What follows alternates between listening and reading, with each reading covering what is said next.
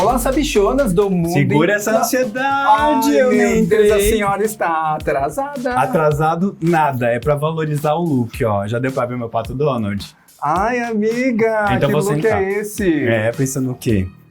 Mas Você viu, ó? tá com uma Você coisa viu o que errada, o pessoal não? do Sabichonas fez comigo? Ó a camisa. O que aconteceu, amiga? Haters. Uau, eu tava ouvindo uma gritaria É. ali.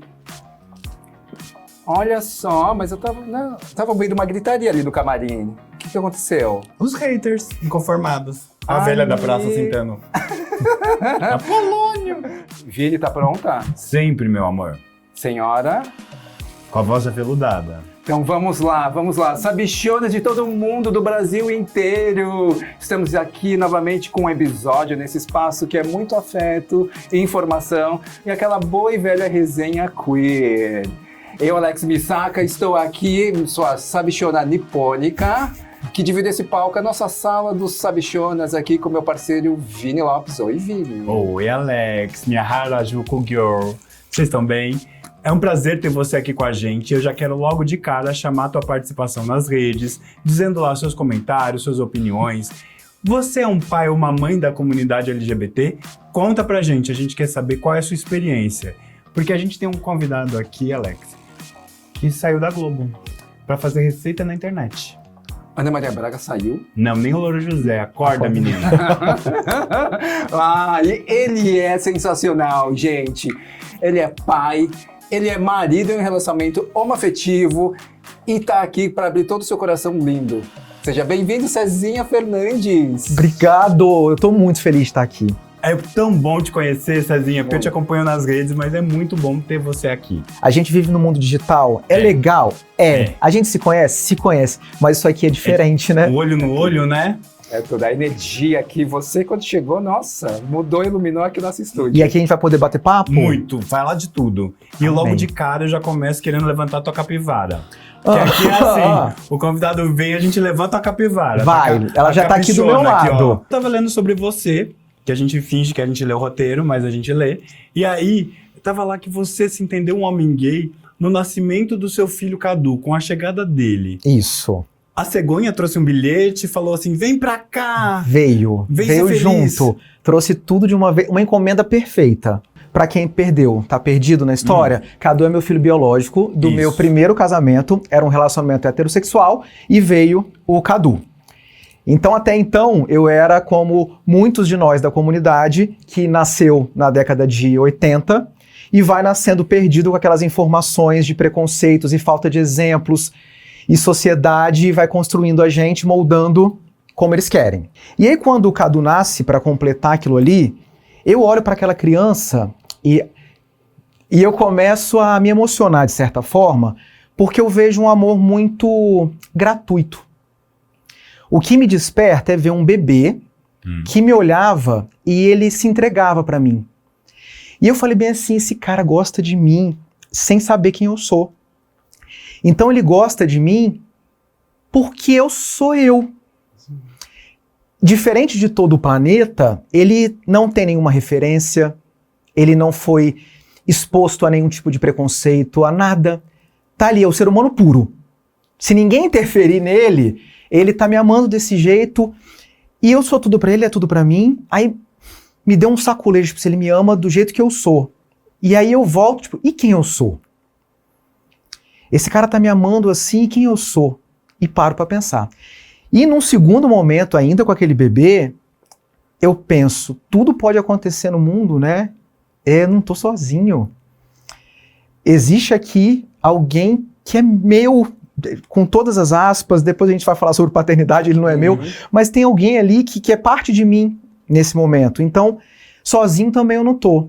E será que sem ele eu estaria sozinho no mundo? E aí eu começo a mergulhar numa viagem em mim, até chegar no momento de falar bem assim, será que esse carinha tá amando alguém completo? Será que eu sou tudo que eu já sou? Ou eu posso ser ainda melhor? Uma metáfora que eu gosto de fazer, que eu fiz para eu poder entender, foi que eu voltei num quebra-cabeça que era eu.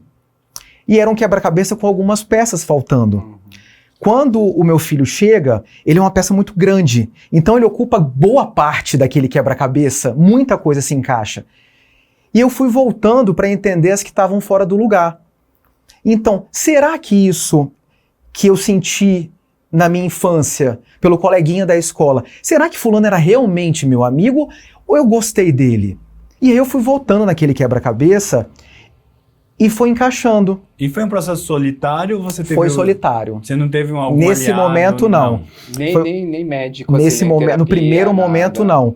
Foi um grande choque na minha cabeça, uma grande volta ao passado, entendendo o que era eu, ou o que fizeram eu ser, o que foi verdade, o que foi muita verdade. E ali eu fui crescendo como homem e falei, eu preciso tentar.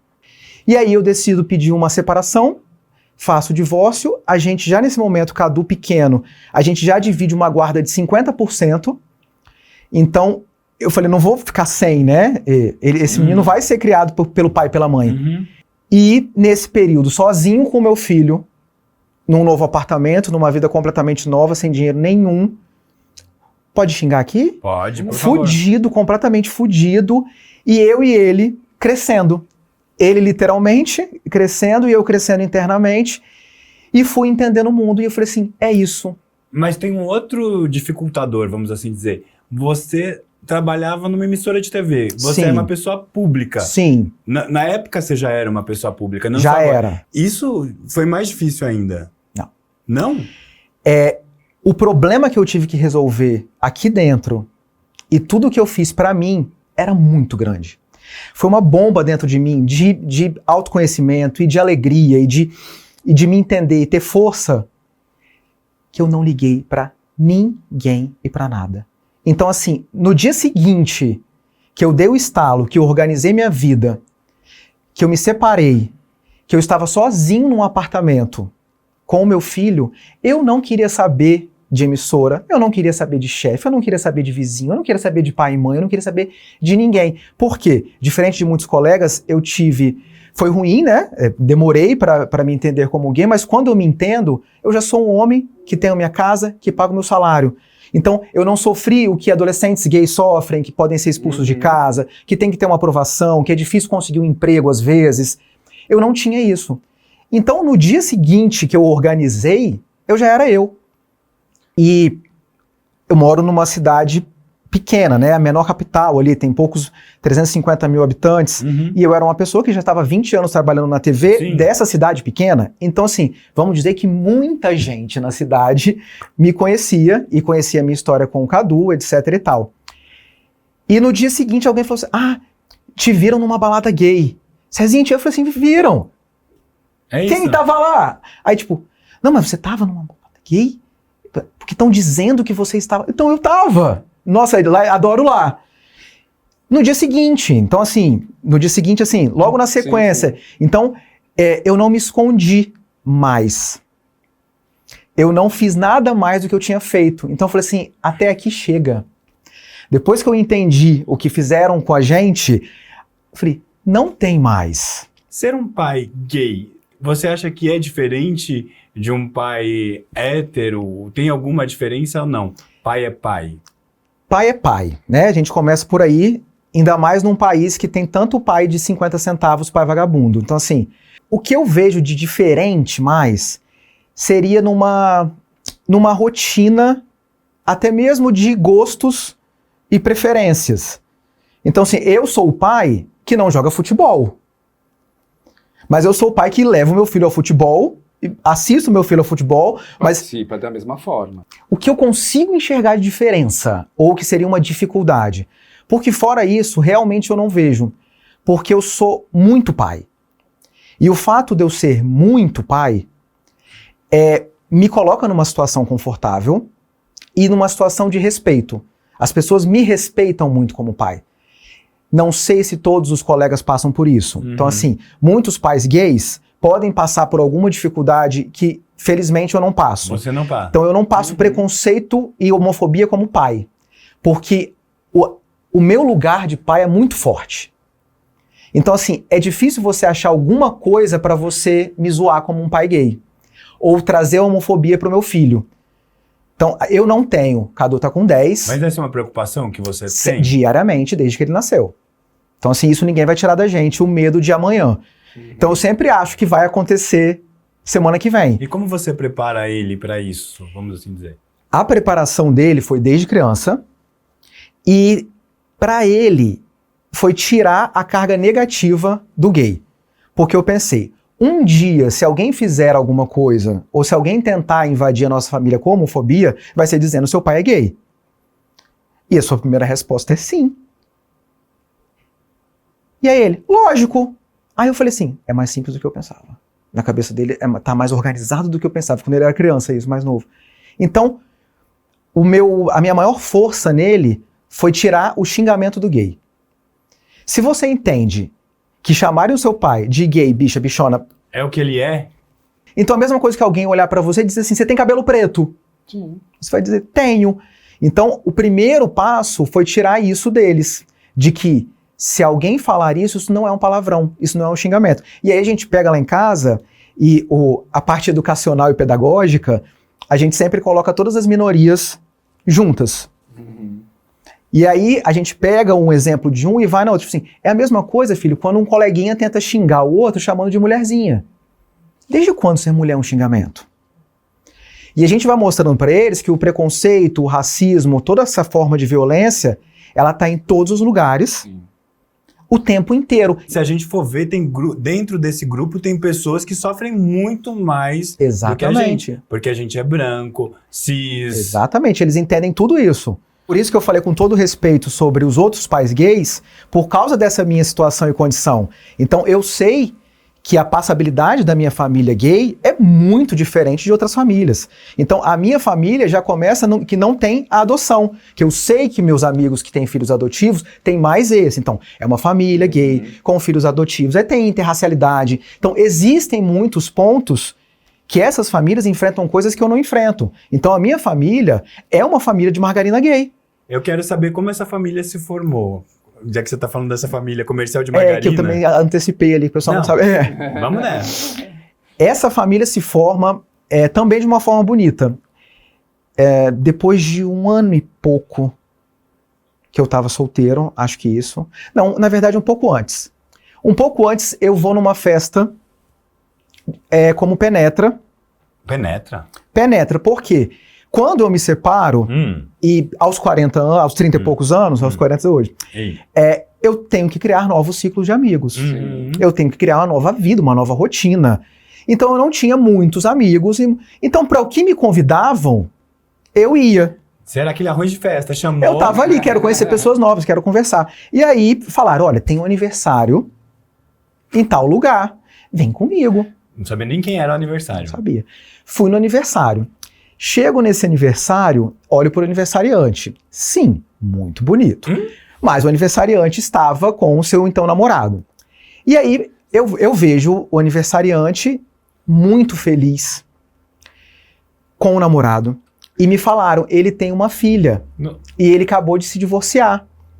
A filha dele tem X anos. Era exatamente a mesma idade do meu filho. Que talarico. E eles tinham se separado. Você foi talarico? Não fui, calma, você vai ver. E falaram, a história dele é muito parecida com a sua. E aí eu sentado estava, também lembro da sensação. E eu via ele rindo, tirando foto com os amigos, rodeado de amigos. E eu falei bem assim, vai passar, Cezinha, vai dar tudo certo. Olha ele. Esse cara tem uma filha, acabou de sair, também se entendeu gay agora, e ele tá cheio de amigos de novo. Ele tá comemorando o aniversário, ele tá feliz, ele tá brindando, ele fazia discurso. E eu falei, cara, que coisa linda. Então você teve medo dessa solidão. Eu tive medo de demorar, eu não tinha exemplo de como que isso ia ser, eu já tava velho. Ele foi, então, a primeira referência que você teve. Ele foi a minha primeira referência. Real. Ele foi e de admiração, né? Olha que lindo isso, Eu né? falei, e tal. Aí fui, cheguei nele e no namorado aqui e falei bem assim, Vitor, vamos trocar telefones, porque a sua história é muito... Ver vocês dois hoje namorando aqui, pra mim foi muito importante.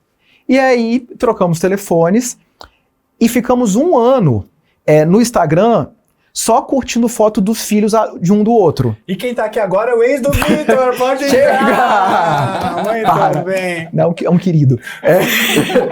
E aí ficamos um ano. Ai, bicha, É um querido. aguentei, Não, tá aqui, né? Bicha, você constrange o nosso convidado, Não, amiga. é um querido. Não, aí ficamos um ano. Apenas isso, com admiração e trocando. Ai, que linda Vicky, que lindo Cadu. Não, não, não, não, não, não, não. Sei.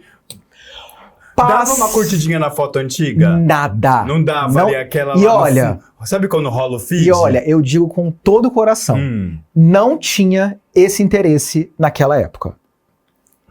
Eu posso olhar Bate para aqui para a câmera da verdade? Você acredita? Bate a sabedoria não nipônica. tinha interesse. Você acredita? Gente, era um homem Sim, lindo, sim. obviamente. Eu admirava Não, mas aquela beleza. Eu acredito, porque assim, como Cezinha falou, assim, foi a primeira referência. Ele era a minha referência um ali. desejo Não sexual, era. Era de, assim, gente, é um caminho que eu posso conseguir chegar, posso Tá bom. ter um caminho, existe Não um era. caminho. Tá bom. Um Democracia. ano depois, e a gente sempre, vamos um dia sair todo mundo para as crianças. E não acontecia, porque não tinha Entendi. esse interesse mesmo.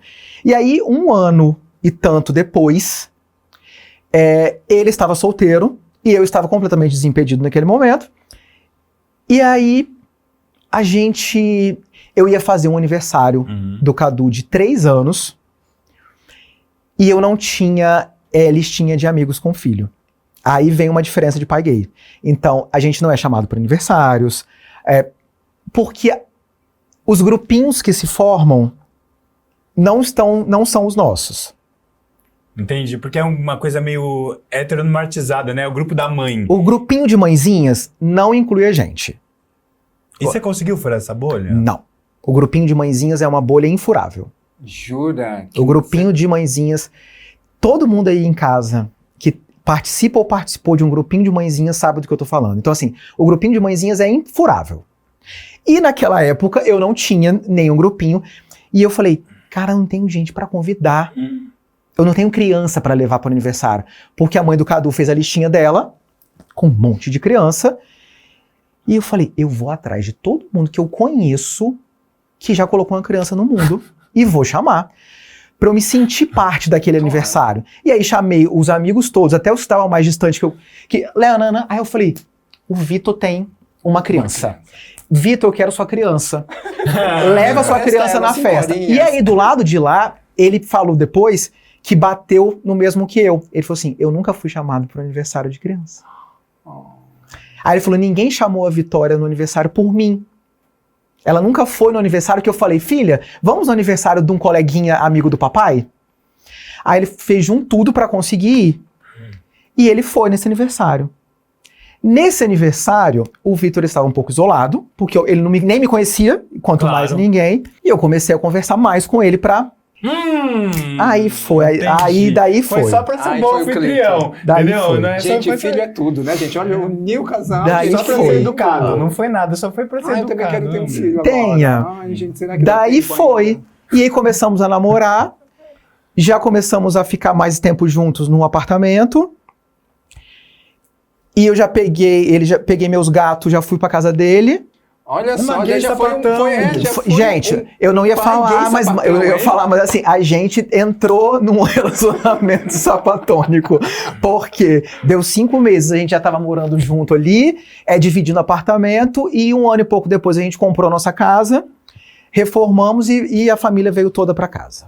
E daí também uma coisa legal que você fala que o casamento seu e do Vitor foi também pros seus filhos, né? Pra Vitória e pro Cadu, pra eles entenderem o amor e pra tirar dessa criminalização, tirar desse lugar de que o amor entre 2 homens ou 2 mulheres vale menos. Isso, foi fazer a celebração, né? Isso, foi esse ponto aí, porque até a gente chegar nesse conceito, a gente não queria nada que fosse um casamento heteronormativo. Por quê? Eu já tinha passado por ele.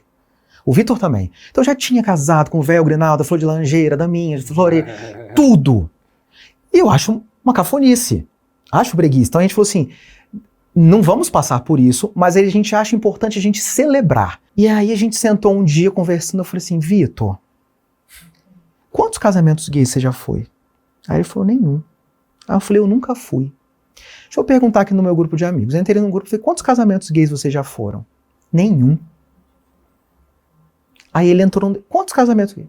Nenhum. O nosso ciclo de amigo e os nossos parentes nunca tinham ido num casamento gay. Eu falei, opa, já temos aí uma obrigação social para cumprir.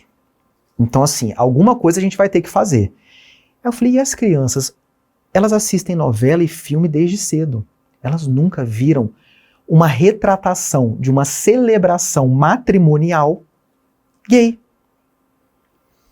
Não tem, essa imagem não está construída na cabeça deles. Aí eu falei, e por que, como eu vou explicar para as crianças que no casamento hétero tem roupa bonita, ela vai se vestir de daminha, ele vai ser pajem. Eu falei, se a gente fosse casar de novo, hétero, ia ter bolo, casamento, bem casado. E por que o do papai não vai ter? É menor? É menos celebrável? Aí eu falei, então a gente vai ter que passar por cima de umas cafonice e vamos incluir alguns símbolos heteronormativos, cafonas, nessa celebração. Claro que a gente desmontou tudo, mas existiam alguns pontos para que as crianças pudessem se conectar. Símbolos, né? Símbolos da celebração para a gente fazer a conexão. E aí a gente se encontrou também com a dificuldade de fazer esse tipo de coisa. Isso que eu ia te perguntar. Nesse processo, como foi fazer isso? Porque também eu imagino que todo mundo que trabalha com casamento não está preparado para isso. Isso foi em que ano? Isso foi em 2021. É recente. Não está preparado porque eles não querem. Porque tem um monte de viado casando, um monte de sapatão casando todo dia e com dinheiro para colocar no mercado. Pink Money. E eles não querem porque eles não querem. Gente, vamos lá então, movimentar esse Pink Money no casamento. Eles não querem porque eles não querem. Então assim, é muito fácil ter. Falando isso, sabe o que me deu a impressão? Que você quer um pouco passar as referências que a gente não teve, sabe? Para que a gente possa se reconhecer. Porque na nossa geração a gente não tinha isso. Então, você tem esse cuidado agora de mostrar referências para que os novos Cezinhas, Vinis, Alex consigam se ver, né? Consigam falar, olha, é possível seguir esse caminho sem ser criminalizado, sem ser marginalizado. É criar esse background mesmo, porque mesmo eu tendo a consciência de que alguns itens e que algumas ações dessas reforçam alguns estereótipos heteronormativos, eu sei disso. Só que é uma arma que eu tenho. E a nossa comunidade tem guerreiros o tempo inteiro em várias frentes. A minha arma é essa, é de usar esses símbolos de família perfeita que eles têm e colocar a minha ali no meio.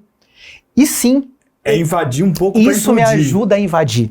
Eu entro lá com esses passaportes. E isso eu percebo o retorno deles, entendendo que eu se para você entender que uma família é isso, eu vou te mostrar. Agora você entendeu? Desenhei para você. Então eu faço isso para que isso possa acontecer. E quando vem um garoto de 15 anos para mim e diz que ele sabe que ele pode ter família, qualquer coisa que eu faça valeu, sabe? Então eu tenho o filho de uma amiga nossa. Ele fala aqui, padrinho, né? Ele vai assistir RuPaul lá em casa. Então pensa o que é para um menino. A gente olha para ele, a gente quer chorar o tempo inteiro. Porque se tem ali um menino de 15, 16 anos que bate lá em casa com uma Coca-Cola para assistir RuPaul. Então ele tem um lugar seguro, uma família construída para assistir RuPaul. E a gente olha para aquilo e fala bem assim, tá certo, é isso. E a gente sabe o quanto foi difícil não ter isso, né? O menino tá lá com a gente, ele fala aí ele manda meme. Então, eu falo, cara, ele tá assistindo, a gente salvou mais uma criança. Não a gente salvou porque a mãe dele é incrível, a família dele é incrível, mas assim, ele tem uma referência. E as pessoas mais novas hoje conseguem um pouquinho mais do que a gente ter acesso, porque o poder da comunicação não tá só na mão da grande empresa, né? Sim. Então, hoje a gente tem as grandes empresas, que existem linhas editoriais, mas a gente também tem milhões de perfis onde a gente pode se inspirar e encontrar alguém, que é o nosso trabalho hoje aqui na internet. E foi isso que motivou a sua transição de carreira? Porque você tinha uma carreira consolidada em uma emissora aberta, e aí você tem essa carreira que você ficou lá, você falou 20 anos. Isso. Você ficou 20 anos, imagino que super bem sucedido. Você contou algumas coisas assim, que você foi até... Como é que foi? No Pantanal? Foi Pantanal, não, Então... Fiz de um tudo. E assim, não só isso, porque também durante toda a minha carreira, comecei como repórter, produtor, trabalhei muitos anos como repórter e apresentador. Em determinado momento eu viro editor, diretor e gerente. E aí quando eu chego nessa cadeira e que eu entendo o poder da representatividade. Porque enquanto você não tem um homem gay na direção, você não vai olhar para a comunidade do mesmo jeito. Enquanto você não tem uma mulher preta no poder, você não vai olhar do mesmo jeito. Enquanto você não tem um homem com deficiência em algum lugar, você não vai tratar esse assunto do mesmo jeito. Sim. Podem até tentar. Mas aí eu começo, ainda na TV aberta, com a liberdade que a empresa me dava, e inserir novas regras nos programas que eu dirigia. Então, meus programas tinham regras. Tais assuntos têm que entrar. Tais entrevistados têm que existir. E aí você vê por que é tão difícil isso ser inserido. Porque também dá mais trabalho. Então, por exemplo, nos programas que eu dirigia, eu queria que as fontes em determinadas matérias fossem de minorias. Então, nas minhas produções, eu inseria Esse olhar. como fontes. Não, a pessoa não falava, eu sou um ético gay, mas assim, ele estava ali. A comunidade entendia aquilo ali. Então, eu vim fazendo esse trabalho já na TV você acha aberta. que um homem gay no comando, numa gerência, incomoda? Super incomoda. Incomoda porque ele quer fazer. Então, dá mais trabalho, pode ser mais custoso em algum momento, porque buscar essas pessoas pode atrasar o processo, incluir essas novas pautas, vai cair uma audiência em determinado momento. E aí eu fui fazendo, aí voltando para a pergunta, e em determinado momento eu faço 40 anos, e mais uma vez uma peça do quebra-cabeça se encerra. Mas esse seu quebra-cabeça tem peça. Graças a Deus, que Menina. siga indo com mais. Eu falei, cara, 40 anos, eu tenho que fazer alguma coisa. Tá muito resolvido. Eu falei, olha, aqui eu já dei o que tinha que dar, eu já fiz o que eu tinha que fazer, daqui eu não passo mais. Então assim, não tem como eu fazer mais coisas. Você sente isso, que como homem gay, a gente pode evoluir na carreira, a gente pode ter uma trajetória, mas que em alguns lugares parece que a gente chega num limite e fala assim, tá bom, ó, você pode ir até aqui pela sua representatividade, mas daqui você não passa muito? Eu acho que o que acontece é que na hora da barreira ali, a gente sempre tem algo a menos. Entendi. Sempre o homem branco heteronormativo, ele vai ter algo a mais que vocês. O seu currículo é o mesmo, a sua história é a mesma, mas a gente continua atrás. Devendo. A gente sai devendo. Então a gente começa o mês no vermelho. Então assim, acho que a gente consegue chegar, como vários de nós chegam, sim, mas é aquela história. É muito mais difícil e é muito mais trabalhoso. Então assim, na empresa onde eu estava, eu cheguei num ponto muito bom, onde eu queria chegar, não via mais para onde ir, a não ser que eu criasse espaço, como o espaço que eu estava foi criado por mim, para mim. Então foi um espaço que eu falei, ó, tem um espaço aqui, a gente precisa entrar aqui. Então eu teria que fazer isso e eu quero. Aí eu falei, acho que eu não quero fazer isso. Acho que eu posso chegar mais longe, ganhar mais dinheiro, ajudar mais pessoas sozinho. E onde a cozinha entra nisso? A cozinha entra primeiro em início de Instagram, onde, lembra que a gente fazia fotos de pratos bonitos? Era um cardápio. E lá eu comecei a fazer pratos na época e viralizei, tipo, tinha 5 mil seguidores, né? Mas tinha uma coisa que eu já fazia lá, paro com isso durante a carreira inteira, e a cozinha ela volta na pandemia. Que aí tem um outro grande marco na minha vida, que é a pandemia. De repente estávamos todos em casa. E eu com aquelas crianças em casa. E aquilo acontecendo no mundo, a gente muito bem informado, e meu marido, então a gente tinha consciência plena do que estava acontecendo, do que poderia acontecer. E eu falei, vamos passar bem por isso, aqui dentro. Então, as crianças tinham noção do perigo, da gravidade, do que estava acontecendo no mundo, mas eu quis tornar aquela experiência o menos traumático possível. Então eu transformei a minha casa num grande resort para aquelas crianças. E comecei a... Era muita coisa ruim acontecendo, elas presas o tempo inteiro, e comecei a amplificar gestos de afeto e de amor dentro de casa. E aí eu começo o dia fazendo mesa posta e um café da manhã para os 4 em casa. E aí eu desarmo essa mesa e faço uma mesa posta para o almoço.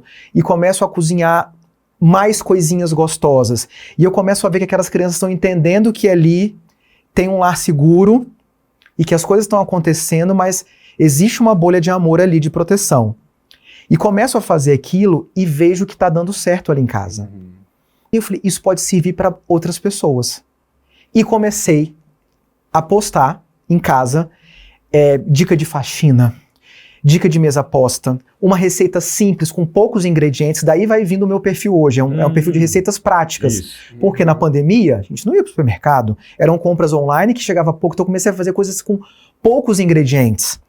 E aí vem a massa de pastel, na época que era uma coisa que era pronta, e com uma massa de pastel eu comecei a inventar centenas de receitas. Aí eu falei, vamos fazer bonitinho para as crianças? Aí eu cortava o pastel em formato de dinossauro. Aí eu falei, vamos... E comecei a fazer isso na pandemia. E aí meu perfil foi dando uma crescida e muito depoimento das pessoas. Cara, tá sendo um abraço. Tá sendo bom. Legal. E aí entra a cozinha. Tá sendo legal. Obrigado, eu tô conseguindo cozinhar. Todo mundo preso dentro de casa, todo mundo foi fazer crochê, cuidar de planta, fazer pão. E foi nessa onda que eu fui entrando.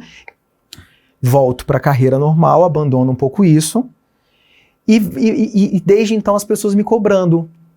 E falando Cadê? E eu continuo gostando das coisas que você faz, eu continuo fazendo as coisas aqui em casa, faz mais, faz mais, faz mais. Mas teve uma pausa, um pouquinho da Porque eu pausa. quando volto da pandemia, eu você- volto para trabalhar e o meu tempo de produzir era de noite, pouca coisa. E aí quando chega os 40, eu falo, eu posso fazer mais? Também me dá um banho de autoestima. E as pessoas estão pedindo, elas estão querendo, também faz bem para elas. Faz bem para elas, faz bem para mim, tá tudo jóia. Falei, eu vou trabalhar sozinho. E aí, comecei a me programar psicologicamente. Você não teve medo? Né? Totalmente, todo cagado. E fui começando a voltar a trabalhar com a internet. E aí eu começo a monetizar com a internet, ganhar dinheiro. E aí eu vou vendo que eu tenho 2 empregos. E esse aqui eu falei, quando esse emprego chegar aqui, eu já tô ganhando igual. E aí eu começo a dar uma juntada de dinheiro. Eu tenho escola para pagar, eu tenho criança, eu tenho... Sim. E aí eu vejo assim, cara... Se eu tô ganhando isso com 30% do meu tempo, se eu me dedicar 100% para isso aqui... Tá aí uma oportunidade. Tem algo aí. Então eu fui estudando mercado, estudando nananana, e também a parte psicológica, que eu fiquei 20 anos fazendo o mesmo trajeto. Como é não trabalhar aqui amanhã? E aí eu fui me desligando, e tinha a questão da Globo, né? Como assim você vai pedir demissão? Da Globo. Como assim você não vai mais apresentar a TV? Você não vai mais aparecer na TV? Você não vai mais... Você tem uma equipe. E aí eu fui trabalhando isso também na minha cabeça, e quando eu saí ótimo já, e comecei a trabalhar. Eu saio da empresa, na época, em 2023, isso há 2 anos, com 70 mil seguidores. Aí 2 anos depois eu tô com 700. Então assim, cara, realmente, se eu me dedicasse ali, a coisa ia virar. Como virou? E aí a coisa virou pra mim. E hoje eu sou o cara do Instagram. Então assim, o meu filho hoje escuta muito mais eu te sigo do que você é o Cezinha da TV. E chegou a hora do episódio que eu mais gosto. A hora que a gente subverte o sistema, porque aqui, meu amor, até a inteligência artificial é entendida. Chat LGBT, você está pronta? Acorda, menina! Oi, Vini, Alex e a nossa convidada de hoje, que é puro afeto, puro talento e puro tempero, Cezinha Fernandes. A In me segura que hoje o episódio tem gosto de comida boa e cheiro de casa limpa. Nossa, que afronta você tá, né? Você não chegou invadindo demais o espaço? É que eu não tenho paciência com quem tá conversando. Desculpa o surto, mana. É que eu tô prontíssima. Afinal, sou a mais preparada desse estúdio, a mais sabichona, a mais organizada das gays. Você chega aqui, invade o nosso espaço, ainda quer nos controlar, organizar e falar que é a melhor? Tá certo isso? Querida, eu não controlo ninguém. Eu cuido. Eu vim pra botar ordem no caos, entendeu? Me organizo porque me importo. Porque bicha desorganizada não brilha. Tá bom, fala logo o que você veio fazer aqui, pelo amor de Deus. Kezinha, meu bem, você é pai, é gay, é casado e ainda comanda um lar com tanto afeto e presença. Isso é revolucionário, sim. Mas me conta uma coisa. Quando um homem gay ocupa o fogão, o varal e o coração de uma criança com tanto amor, isso ainda choca mais a sociedade do que 2 bofes se beijando nas redes? Olha, Não, não. 2 bofs se beijando ainda choca mais a sociedade. Olha que eu vou te dizer que ainda choca. Mas sim, acho que fazer isso em casa como forma de afeto é pra quem quer. E aí eu vou lá e falo, ó, mulher, você não é obrigado a ficar na cozinha. Homem, você não tem essa desculpa de que a obrigação é delas. A cozinha é de quem quer. E numa casa você pode dividir ou alguém pode falar, não, eu quero estar aqui porque é a minha função. Então choca porque tem uma figura masculina num lugar onde muita gente, durante muitos anos, e ainda hoje, continua vendo uma figura feminina. E o chat LGBT te chocou? Gente, ela é pra frente. Ela é a personificação digital de ser uma sabichona. Isso porque é o baixo orçamento. Imagina nas outras temporadas. Gente do céu. Cuidado que ela... Sabichona, Eu vai. tenho medo desse povo de negociar, roubar o nosso lugar. Tem uma aqui, ó, no seu Essa lugar. aqui já tá querendo. Aí, sabichonérrima.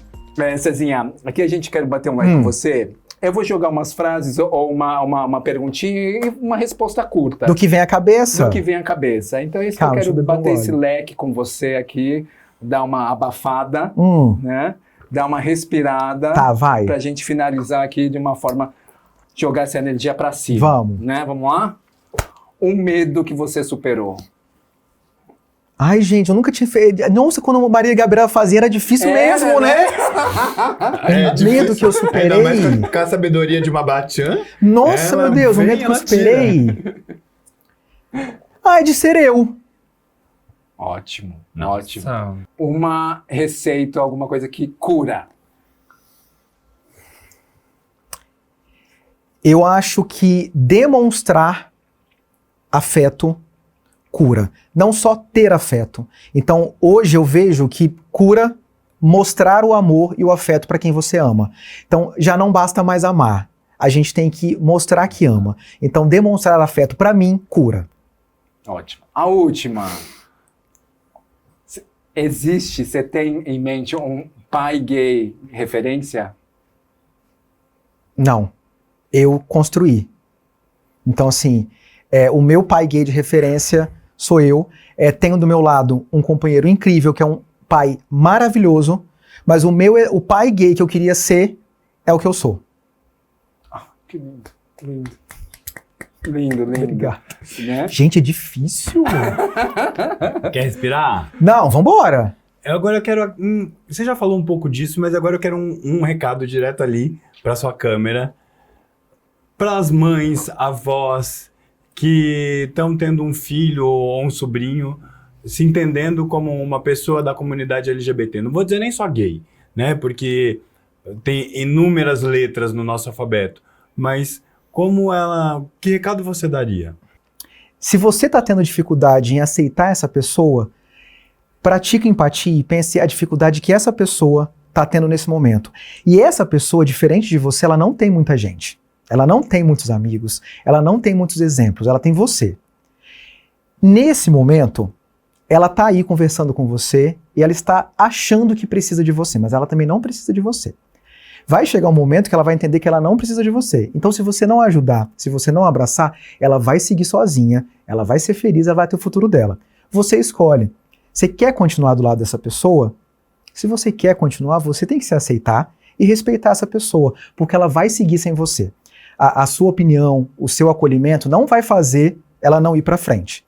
Você não tem esse poder de segurar essa pessoa. Mas, se ela for com você, pode ser mais leve, mais divertido, você pode ter a companhia dessa pessoa para sempre. No fundo, você precisa mais dela do que ela de você. Nossa. E vocês juntos podem fazer um caminho maravilhoso. Então, o meu conselho quer ficar perto dessa pessoa? Fique. Mas se você não quer, ela vai seguir sem você, ela vai ser feliz e uma hora você pode se arrepender, vai ser tarde demais. Então, vai junto, porque vocês vão ser mais felizes. Ó, que pedrada! Nossa, meu Deus do céu. Deus! Vou botar, você meu mantra todo dia, botar o Cezinha de manhã. Vamos.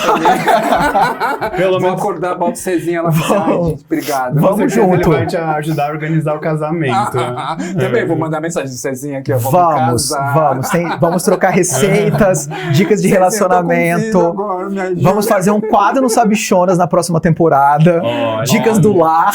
Olha! Vamos fazer. Tudo. Tamo aí. Ai, Cezinha, que prazer ter você aqui. Todo Agradeço meu. a tua presença. presença, foi muito importante pra gente. Lindo, lindo. Todo meu. Agradeço a nossa equipe, Alex. Vamos agradecer aqui a nossa produtora Atom, a nossa diretora Grazi Caparelli, também tem a nosso, né, a pessoa que Marketing cuida... Mídia. Marketing Mídia. Já virou meme. Mas só também com essa marketing gaguejada. mídia tem mais um M, que teve o maquiador também, que ele deu um retoquezinho Pois aqui. é, Olha, nossa. ele entregando a gente. Essa gente. equipe é maravilhosa, gente.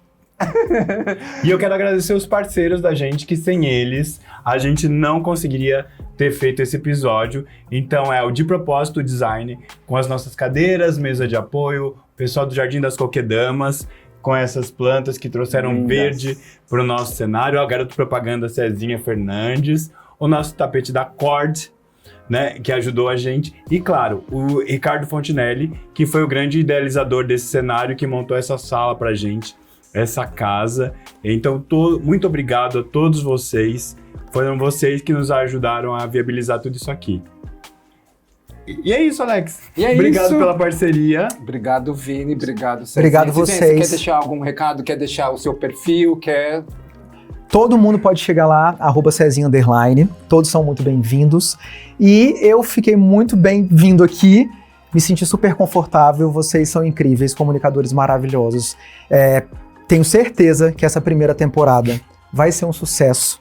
E eu tenho certeza que é a primeira temporada, porque a gente tem muita coisa para falar e vocês estão aqui para dar voz para todos nós. Obrigado. É isso aí. Amen. Depois disso, eu só tenho que falar tchau. Obrigado. Até o próximo Sabichonas. Beijo.